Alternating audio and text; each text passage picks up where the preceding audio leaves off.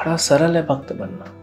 कई बार आपने सुना हरे कृष्ण मंत्र का जप करो, गीता भागवत पढ़ो। गीता में भगवान साक्षात आके कह रहे हैं। जब अर्जुन ने कहा कि भगवान मैं युद्ध नहीं करूंगा, मैं घर जा रहा हूं, भगवान ने कहा अर्जुन को तू जा घर, लेकिन एक बात याद रखना, यहाँ खड़े जितने लोग हैं इस कुरुक्षेत्र में, ये कोई भी घर नहीं जाएगा। मैंने निश्चय किया है इनकी मृत्यु यहीं होगी। हरे कृष्ण। भगवद गीता अध्याय 6 श्लोक संख्या 42। अथवा योगिनामेव कुले भवति धीमताम् एतद्धि दुर्लभतरम लोके जन्म यदीदृशम्। अथवा यदि दीर्घ काल तक योग करने के बाद असफल रहे तो वह ऐसे योगियों के कुल में जन्म लेता है जो अति बुद्धिमान है। निश्चय ही इस संसार में ऐसा जन्म दुर्लभ है। भगवान अब यहाँ पे दूसरे कैटेगरी के लोगों को बता, यानी वो साधक जिन्होंने अच्छे से भक्ति किया लेकिन किसी कारणवश वे आगे कंटिन्यू नहीं कर पाए या बहुत दाना मृत्यु हो गई, अब उनका क्या होगा? तो भगवान कहते हैं उनको मैं वैष्णव के परिवार में जन्म दूंगा। दुर्लभम, ऐसा जन्म बहुत दुर्लभ है। वैष्णव का परिवार मतलब जो परिवार बहुत अच्छे से भक्ति कर रहा है, संस्कारी तो है लेकिन भक्ति में लगा हुआ है, पूरा परिवार भक्ति में। ऐसा परिवार यानी वैष्णव कौन है? भगवान बोलते हैं निज जना, ये मेरे लोग हैं। तो ऐसे भक्त को जिसने बहुत अच्छे से भक्ति किया लेकिन किसी कारणवश पूरी नहीं हो पाई, भगवान बोलते हैं ऐसे व्यक्ति को मैं स्वर्गलोक नहीं भेजता, ऊपर क्या जाके करेगा, टाइम वेस्ट। इसको मैं भेजता हूं कहां पे? अपने लोगों के पास। इनको वैष्णव परिवार में रखता हूं। जन्म से, इनफैक्ट जन्म के पूर्व इनका भक्ति प्रारंभ हो जाता है। माँ के गर्भ में आते ही क्या होगा?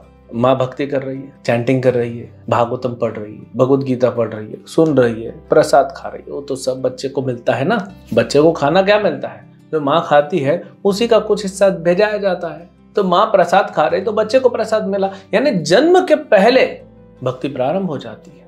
हमारी जो थोड़ी सी भक्ति बची वो पूरी कर ले। कई केसेस ऐसे देखेंगे, हमने देखे हैं कई बार ऐसे भी बच्चे जिनकी जल्दी मृत्यु हो जाती है। वैष्णव के बच्चे, भक्तों के बच्चे मृत्यु हो जाती, क्योंकि उनकी भक्ति हो चुकी थी। वो थोड़ी सी बच्ची थी, आए किए 8, 10, 12 साल में किए, निकल गए। मृत्यु से क्या परेशानी, निकल गए, भगवत धाम चले गए। उनका उतना सा ही बचा था बस। क्यों दुर्लभ है ऐसा जन्म? हमने बताया कि बचपन से वो गर्भ से ही भक्ति करना प्रारंभ करता है। ऐसे भक्त बहुत पावरफुल भक्त बनते हैं। श्रील प्रभुपाद इस्कॉन के संस्थापक आचार्य वे हमेशा कहते थे अपने शिष्यों से कि जो भी आप लोग, जो उनके शिष्य गृहस्थ हैं, बोले आपके घर में जो बच्चा जन्म ले रहा है ना, उसका ध्यान देना अच्छे से। ये साधारण बच्चे नहीं हैं, ये बहुत अच्छी भक्ति किए हुए बच्चे हैं। इन्होंने बहुत भक्ति किया। एक बार प्रभुपाद जी लेक्चर के लिए आ रहे थे, तो भक्त लोग पहले कीर्तन कर रहे थे, सब बैठे थे। प्रभुपाद जी व्यासासन की तरफ आ रहे हैं और देखिए कि एक छोटा सा बच्चा, धोती पहना हुआ लड़का, आप देखेंगे बहुत सारे हमारे गुरुकुल धोती पहन के छोटे छोटे से, अब बड़ी बड़ी शिखर रखे घूमते हैं, भक्ति करते हैं। तो छोटा सा बच्चा था 2 साल का, और सिर्फ धोती पहना हुआ था पीले कलर की, और करताल था उसके हाथ में, जोर जोर से करताल बजा रहा था और गा रहा था हरे कृष्ण। प्रभुपाद जी देखियो, आंखें बड़ी हो गई। ये पूर्व जन्म की भक्ति है। 2 साल का बच्चा करताल बजा रहा है, नाच रहा है, गा रहा है, उसको भक्ति में आनंद आ रहा है, क्योंकि पूर्व जन्म की भक्ति है। इसको भगवान आगे बताएंगे। पूर्व अभ्यास है न तेनया, कि कैसे पूर्व अभ्यास से, पूर्व जन्मों के अभ्यास से वो आगे अपने आप खींचा चला जाता है। तो ऐसा जन्म मिलना, इसीलिए अगर हम वैष्णव बनते हैं, हमारे परिवार में भगवान किसको भेजेंगे? ऐसी आत्माओं को भेजेंगे जो भक्ति करने के लिए, उनका इस संसार में कुछ काम ही नहीं है, सिर्फ भक्ति करना है। तो ऐसे अगर हमारे घर में बच्चे आएंगे तो कितना अच्छा होगा। तो इसलिए अभी जितने परिवार के सदस्य हैं वो तो भक्ति, अभी से भक्त बन जाए, भगवान के निज जन बन जाए। हम भक्ति करेंगे तो हमको और अच्छा भगवान अपने भक्तों को भेजेंगे। तो इसीलिए दुर्लभ है। जनरली ऐसा जन्म जो होता है वो वैसे भक्त, वैसे बच्चे जो है आगे चल के आचार्य बनते हैं, बड़े प्रचारक बनते हैं, बड़े भक्त बनते हैं। प्रभुपाद जी बड़े नम्रता से अपना और अपने गुरु महाराज श्रील भक्ति सिद्धांत सरस्वती ठाकुर का उदाहरण देते हैं। श्रील भक्ति सिद्धांत सरस्वती ठाकुर श्रील भक्तिनाथ ठाकुर के पुत्र बन के आए। ये तो डायरेक्ट भगवत धाम से है, इनका कोई ऐसा नहीं है कि भक्ति किया थोड़ा सा बचा है। प्रभुपाद जी, भक्तिवेदांत स्वामी प्रभुपाद, भक्ति सिद्धांत सरस्वती ठाकुर, ये आए भगवत धाम से प्रचार करने हैं। इनका थोड़ा सा भक्ति बचा ऐसे नहीं है, लेकिन बता रहे हैं कि कैसे। प्रभुपाद जी बता रहे हैं इनका जन्म कैसे हुआ। प्रभुपाद बोल रहे हैं हमारा भी जन्म ऐसे हुआ। प्रभुपाद जी के पिता शुद्ध भक्त, माता शुद्ध भक्त। प्रभुपाद हमारा उद्धार करने आए, अपना नहीं।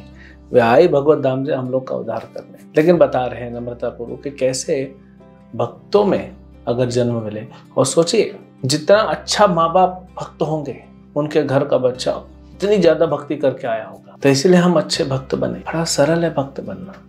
कई बार आपने सुना हरे कृष्ण मंत्र का जप करो, गीता भागवत पढ़ो। प्रभुपाद जी कहते हैं एक लेक्चर में कि गीता में भगवान साक्षात आके कह रहे हैं। जब अर्जुन ने कहा कि भगवान मैं युद्ध नहीं करूंगा, मैं घर जा रहा हूं, भगवान ने कहा अर्जुन को तू जा घर, लेकिन एक बात याद रखना, यहाँ खड़े जितने लोग हैं इस कुरुक्षेत्र में ये कोई भी घर नहीं जाएगा। मैंने निश्चय किया है इनकी मृत्यु यहीं होगी, किसी का उद्धार होगा। मोस्टली सबका उद्धार हुआ, भगवान खड़े हैं तो। लेकिन जीवित कोई वापस नहीं जाएगा, सिर्फ 5 पांडव ही गए। तो भगवान बोलते हैं मैंने सब प्लानिंग कर ली है, तुम जस्ट मेरा बात मानो और तुमको क्रेडिट मिलेगा, नाम तुम्हारा होगा, काम तो मैं वैसे भी करने वाला हूँ। तो भगवान बड़े सरल शब्दों में, भगवान कृष्ण, भगवान चैतन्य महाप्रभु हमको बता रहे हैं हमको क्या करना है। क्यों हमारे अंदर अभी तक हमने आसुरी प्रवृत्ति रखी है, जो भगवान का नहीं सुनते आसुरी प्रवृत्ति होती है। भगवान का सुनो, भगवान क्या बोल रहे हैं गीता में, पढ़ो, समझो, पालन करो और अपना जीवन भला करो।